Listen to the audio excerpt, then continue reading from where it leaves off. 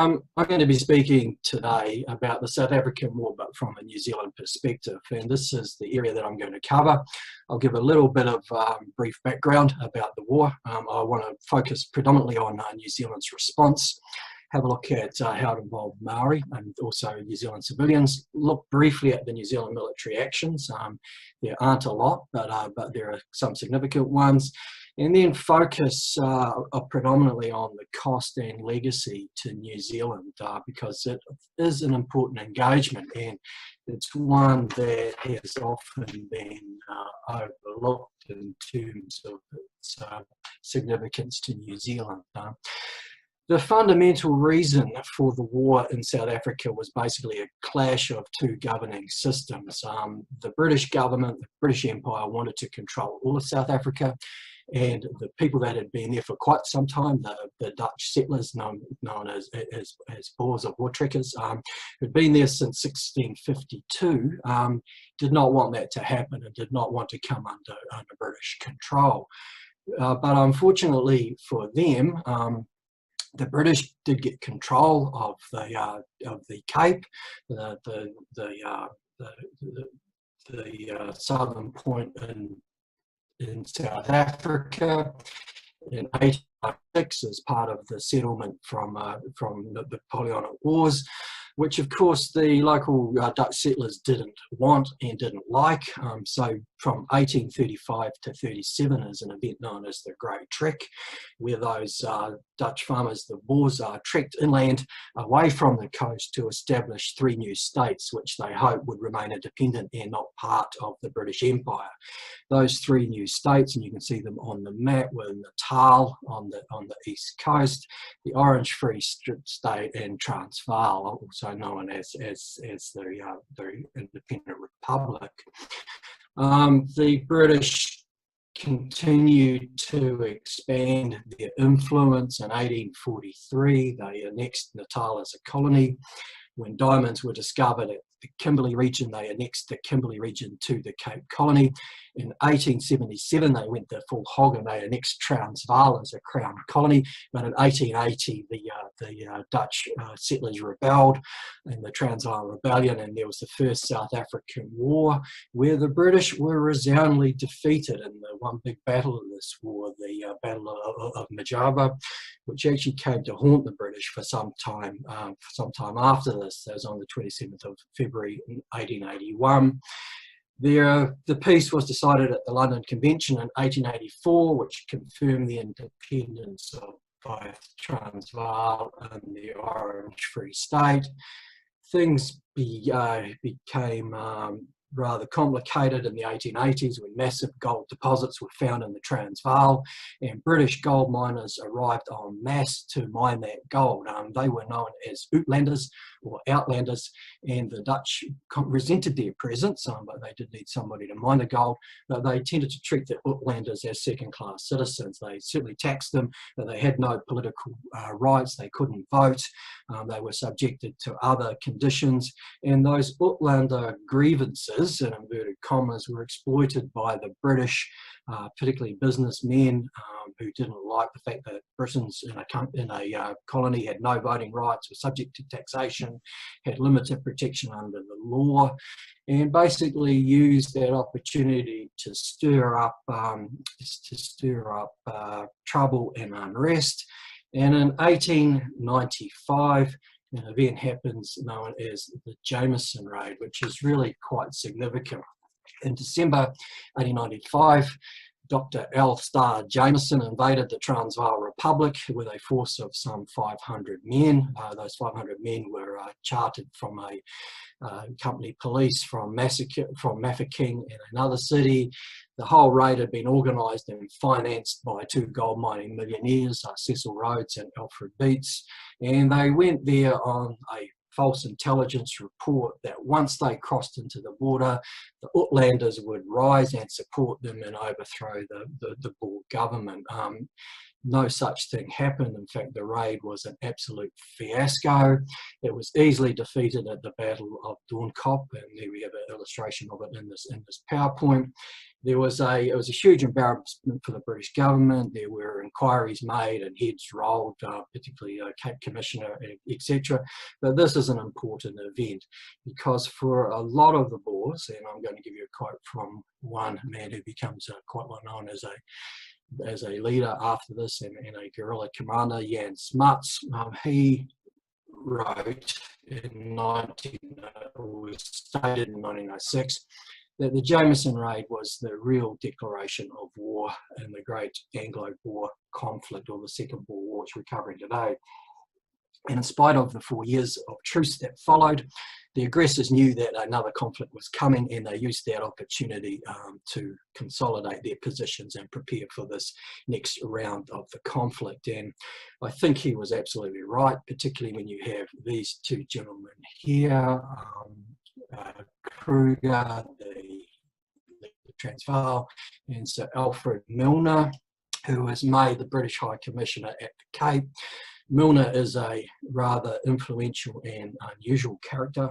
He has almost a religious belief in the rightness of the British Empire, and that he firmly believes that Britain should control both South African republics, that was both inevitable and necessary, and there was no way that he was going to negotiate a compromise that did not offer the British Empire full control of this region.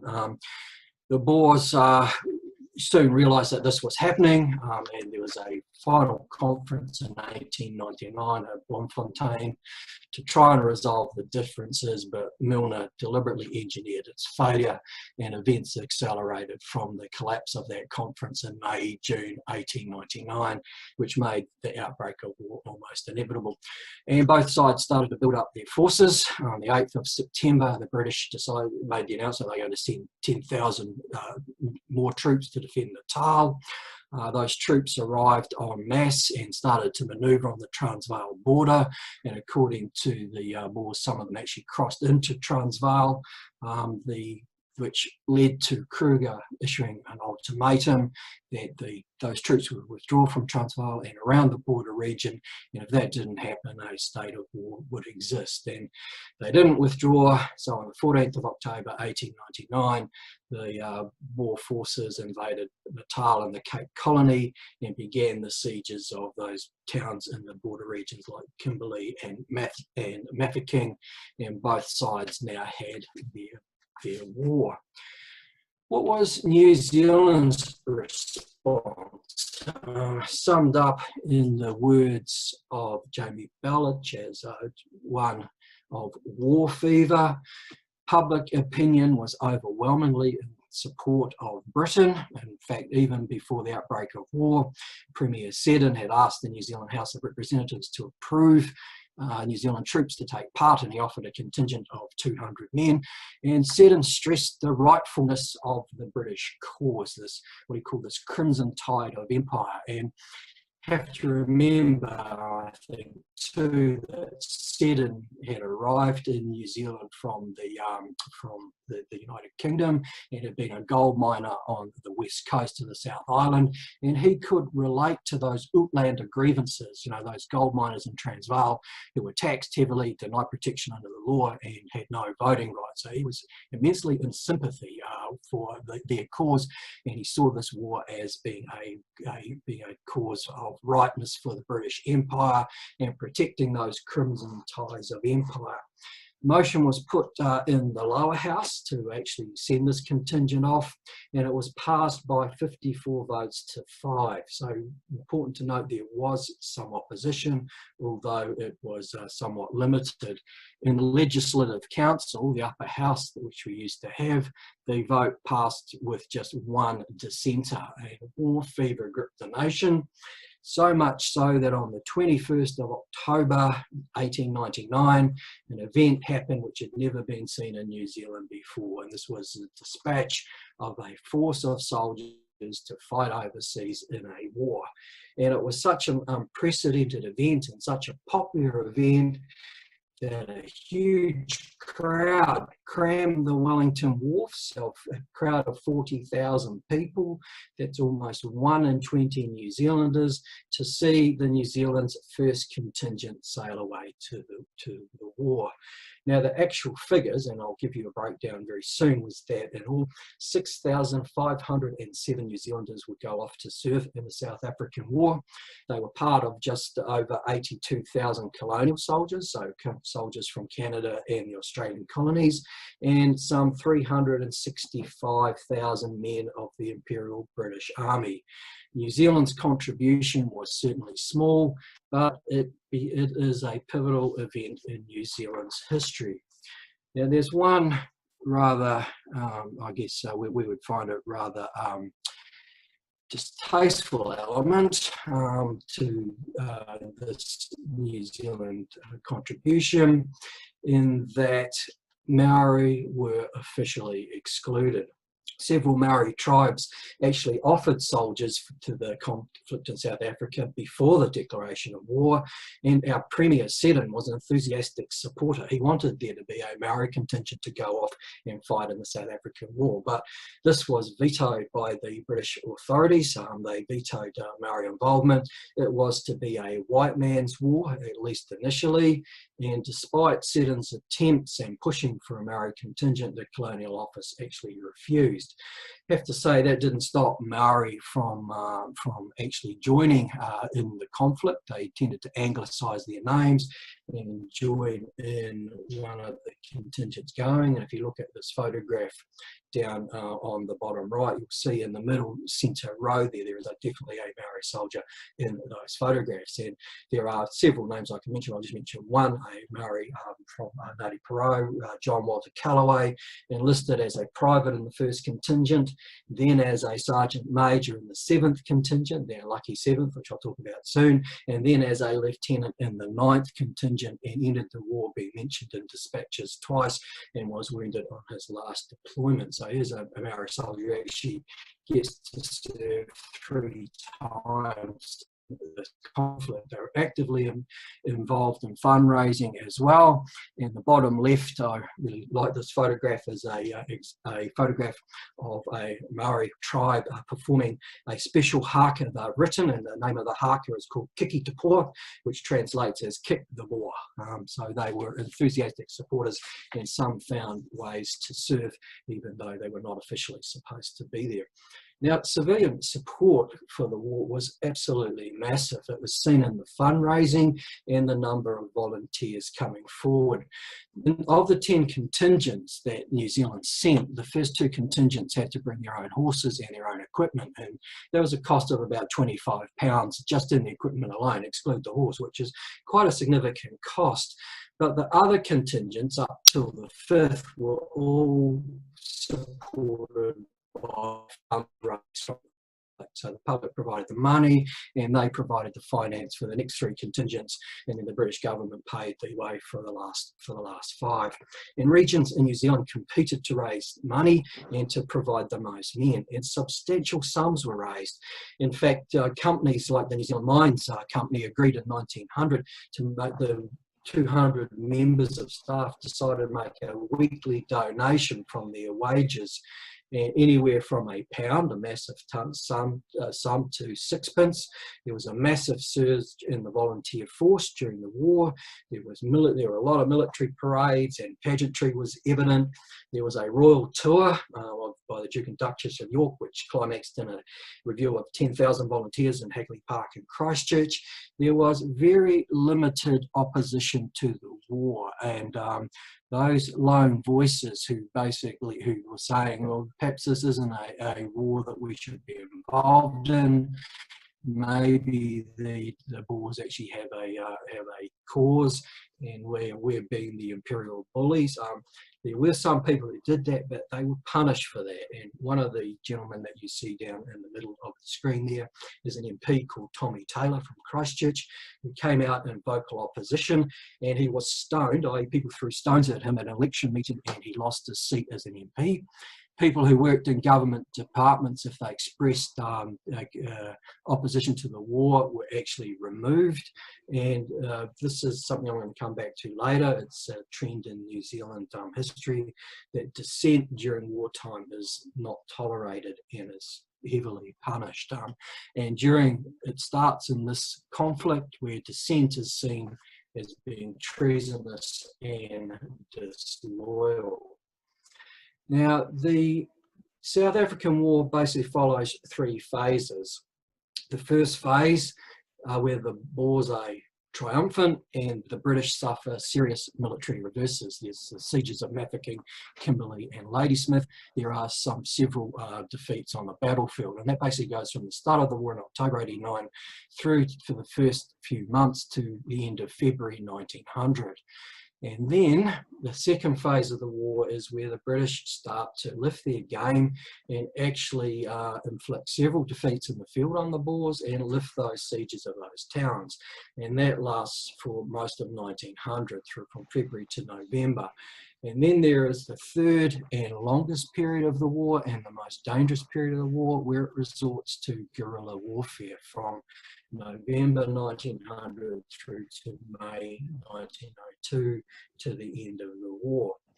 Now, somebody sent in a question about the New Zealand numbers. In all, New Zealand sent 10 contingents to the South African War. The first contingent left New Zealand on the 21st of October 1899, and as I mentioned before, 40,000 people were on the wharf to see them off. The last contingent, the 10th contingent, arrived in South Africa on the 26th of May 1902, just 5 days before the war officially ended. So they actually got to see no fighting. And in fact, a large number of that contingent actually settled in South Africa. And if you want to know those numbers, you can see them in this table here, the invocation and strengths of the New Zealand contingent. And I'm using John Crawford's figures, which are in an appendix on his small history of New Zealand and the Boer War. So, one thing that is often forgotten, though, we send just over 6,500 men, but we also sent over 8,000 horses to the war in South Africa. And of course, most of those did not come back. Now, what about the military actions? There are a few military actions, and I'll cover some of them. And you can see the nature of the fighting by the fact that the casualty figures are actually quite low. And I'll give these to you toward the end of this talk. Most New Zealanders who die in South Africa die from accidents and disease and not through enemy action. And those that are killed in action, most come from the 7th contingent. If you look at the 7th contingent there in those figures, they provide over half the combat casualty figures in South Africa. And for that reason, they were known at the time as the unlucky 7th, but I will cover that in a few minutes. Okay, so we'll look at the military actions now. The first contingent arrived in November, and immediately they're sent into the field, and at a place called Jasfontein near Colesberg, 1809, they suffer their first casualty in war. Private George Bradford, and that's his photo there at the top left, has the dubious distinction of being New Zealand's first combat casualty of the war. He was wounded, he was taken prisoner, so he's wounded in action, taken prisoner, so he's WIA, PIW, and then died of wounds, the DIW.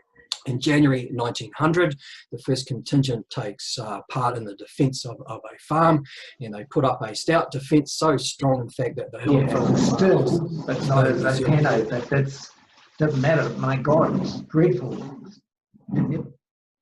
Okay, I don't know what happened there. The hill is known as New Zealand Hill. And 60 New Zealand soldiers actually took part in the defence of it, of which 2 are killed in action. The New Zealand contingent also takes part in the relief of Kimberley in February 1900 and in the advance to Bloemfontein a month later. They also patrolled in the Orange Free State, and they had a rather disaster where 17 New Zealanders were captured on a raid on Santa's Post when they were ambushed by a Boer force. The need for mounted infantry was pretty evident in 1900, so that in March 1900, all 3 New Zealand contingents, which were in the field at the time, were placed into one regiment under the command of Colonel Alfred Robin, who becomes one of the well-known heroes of this conflict. They are part of a mounted brigade, which also includes British forces, Canadian forces, Indian mounted troops as well, and they're involved in reconnaissance and patrolling, and they took part in the advance to Johannesburg. There are more actions fought in 1900, the Battle of Diamond Hill near Pretoria.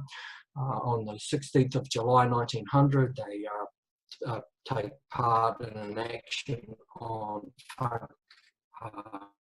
Kopi, where 20 New Zealanders are again captured.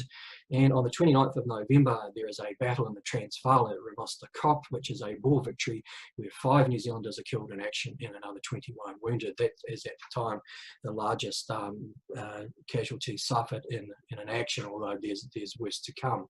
The guerrilla period kicks in from the end of 1900, during when the New Zealanders are involved in active patrolling.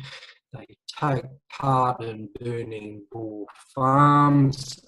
There are more British and colonial casualties in this phase than in any other, and this becomes, I think, one of the rather nasty parts of the campaign, because what they're doing is they're implementing a scorched earth policy where they're burning farms, denying their opponents, the Boers, the opportunity to live off the land. And we have to acknowledge this. This is where the first concentration camps in war are used, and it becomes a massive scandal during the war. One of the most controversial aspects, provokes an international outcry that the British Empire is making war on women and children. In some ways they were, because if a male member was still fighting, that family was put on starvation rations in the concentration camp. And the concentration camps become areas where disease is rife and casualties are suffered. Here are some numbers. In September 1901, you have nearly 110,000 European white civilians and almost 40,000 coloured civilians in these concentration camps, and the disease rate is very high, and this is an estimate only because nobody knows the exact number. Somewhere between 18,000 and 28,000 of these people die in captivity. This is a shameful episode in the history of this war. And the war drags on. Kitchener wants to end it early, but is unable to bring these guerrilla soldiers to an action that's going to defeat them. They are, after all, operating on their own terrain. They're very effective soldiers, and they know how to use that terrain. Kitchener has a large army, over 200,000 soldiers, but only 60,000 are mounted troopers like the New Zealanders, like the Australian Light Horse, and like the Canadians. So it's basically, you've got about 60,000 soldiers who are really suited for this type of operation, up against 20,000 Boers. The guerrilla warfare involves numerous patrols, many skirmishes, but no real large battles. And I'll give you an example of the type of operation that they were doing. From the 27th of November through to the 6th of December 1901, the New Zealanders were involved in a large sweep through southwest Transvaal. At the end of that operation, they'd captured 70 adult males, 930 women and children. Of course, they were sent off to concentration camps. They had captured and destroyed over 14,000 sheep, 5,600 cattle, 380 horses and mules. There are a couple of notable actions, which I'll mention briefly. On the 18th of November 1901, they attacked a Boer camp and took 22 prisoners of war. And on the 24th of March 1901, they captured Delarey's artillery and supply column and 135 prisoners of war. And it was in that month that one New Zealand soldier, Farrier Sergeant Major William Harden, was awarded the Victoria Cross for rescuing a wounded soldier. This war was now long, hard and brutal, and make no mistake, this is not a gentleman's war.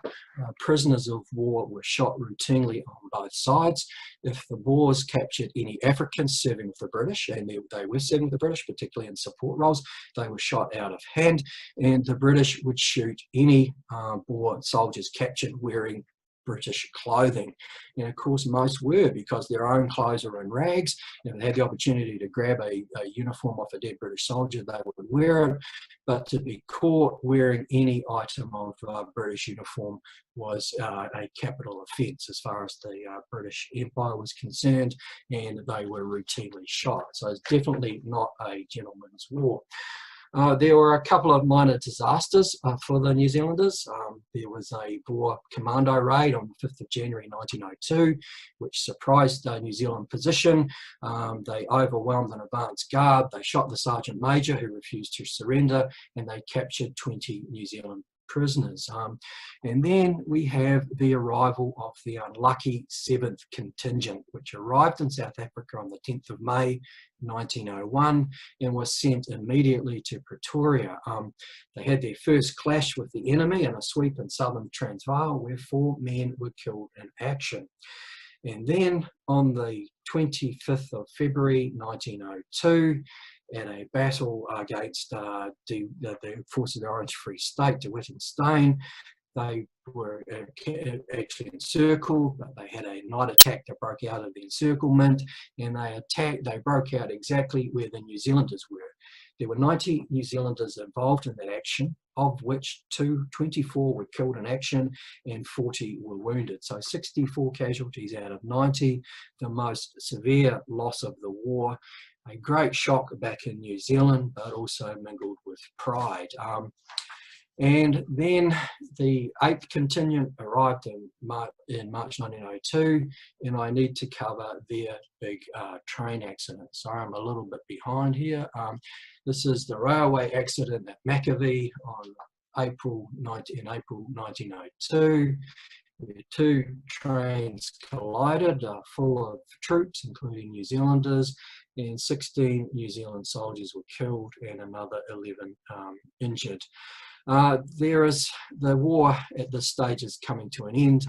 The Boers are desperate, they're out of supplies, most of the heavy artillery has been captured, they knew they can't win. They're concerned that if the war continues, the African populations might rebel. So both sides are looking to end this conflict, which I'll just cover this very rapidly, which is formally ended on the 31st of May 1902 with a formal peace treaty, which its terms are actually quite generous. Unfortunately for New Zealand, the last New Zealand soldiers are killed in action after the signing of the peace treaty. The peace treaty was signed on the 31st of May. 4 days later, 2 New Zealand officers were out riding when they were surprised by a party of 3 armed Boers, and those Boer soldiers didn't know the war was over. They tried to capture each other, both sides refused, they opened fire on each other, and 1 New Zealand officer was killed in action, 2 Boers were killed in action, and another one wounded, and they were the last casualties in the South African War. So what was the cost to the British Empire and to New Zealand? The British Empire had committed almost 500,000 soldiers, some 450,000, of which 22,000 were killed in action.